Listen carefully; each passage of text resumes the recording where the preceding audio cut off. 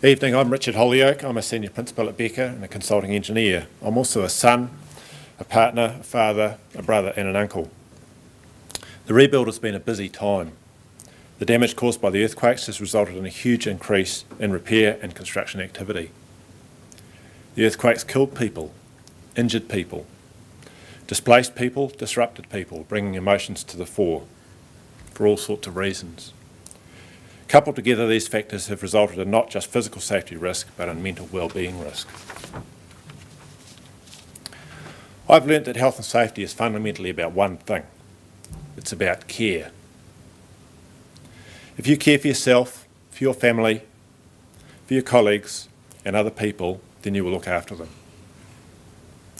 You will take the time to ask questions, look after yourself and others, and do the right thing. I've learnt that care is a culture, and cultures can be changed, not necessarily at prehistoric pace. It can happen quite quickly. As a consulting engineer and as a board member in a number of other organisations, I've seen change in attitude, in questioning, and a willingness to discuss health and safety in the space of very few years. I've seen a flurry of training and educational sessions and courses around health and safety and duties prompted by the implementation of the Health and Safety at Work Act. I've learnt that people want to learn, want to understand because they care.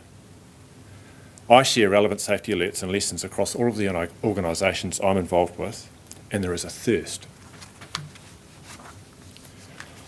I've learnt that there are pockets of resistance. For example, clients who can't understand why a scaffold is required instead of a ladder. For example, tradesmen using grinders without eye or ear protection. For example, clients not wanting to pay for safety and design.